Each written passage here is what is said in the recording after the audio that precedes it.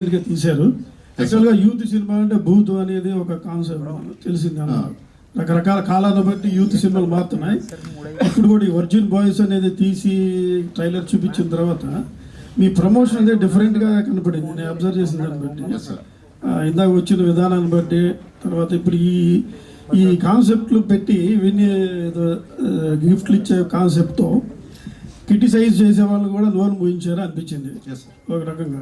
ఎందుకంటే ఇదేదో పెద్ద సినిమా యూత్ ఇది. ఇప్పుడు ఫస్ట్ ఏంటంటే సెన్సార్ వాళ్ళు ఎటువంటి అభ్యంతరం చెప్పారు? వర్జిన్ బాయ్స్ ఎన్ని కట్స్ ఇచ్చారు?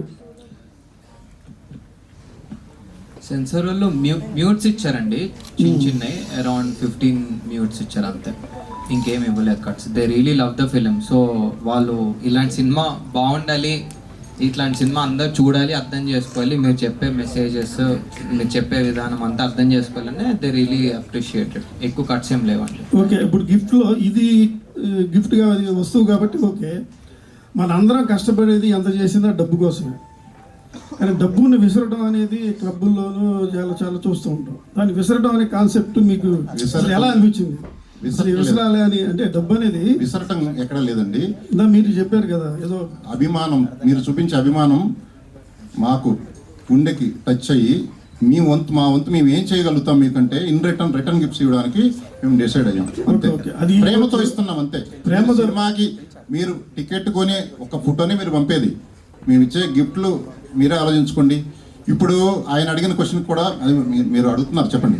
ఇప్పుడు మొన్న ఇచ్చిన మురళీకృష్ణ ఓకే, చనిపోయిన ఆర్మీ, మీరు ఇచ్చిన పకీజా, అలాగే పూర్ పీపుల్, ఇప్పుడు యూత్లు చాలా మంది ఉంటారు. మీ టీంలోనే ఎవరో ఉండి ఉంటారు బహుశా, వాళ్ళ పేద ఎడ్యుకేషన్ పర్పస్ కన్నా అలాంటి వాళ్ళకి ఇచ్చి మీరు ఇలా చేయడం అనేది బాగుంటుంది అనిపించింది. కానీ విసరడం, ఇప్పుడు పోస్టర్లో విసిరినట్టు ఉంది కదా, అది నెగిటివ్ గా మీనింగ్ పడుతుందంటే ఏదో పడుతుంటే ఇసురుతాగానే పడేది ఏదో అంటే నా చెప్పాను. ఇది జస్ట్ కాన్సెప్ట్ అట్రాక్టివ్ ఉండడం కోసం అలా పిక్చర్ అలా ఉందంతే, రెస్పెక్టెడ్ గానే ఉంటుంది. మీలో చాలా టాలెంట్ ఉందని అనిపించింది. ఇప్పుడు ఆల్ ది బెస్ట్, అందరికి ఆల్ ది బెస్ట్, మంచి సక్సెస్ అవ్వాలని కోరుకుంటున్నా madam. All the best. Thank you sir. Sir అది ఇచ్చే పద్ధతి మీద ఉంటుంది సార్. మనము డబ్బులు, మహాలక్ష్మి అనేది నారాయణ కాళ్ళ దగ్గర ఉంటుంది, కానీ మనైతే తలపైన ఉంటుంది కదా సార్. సో ఏదైనా సరే మన ఇచ్చే పద్ధతి మీరు చూస్తారు. అండ్ ఇంకొక నరం పని చేయదు, ఫుల్ బాడీ కోసం పని చేస్తుంది కానీ విడివిడిగా పని చేస్తుంది.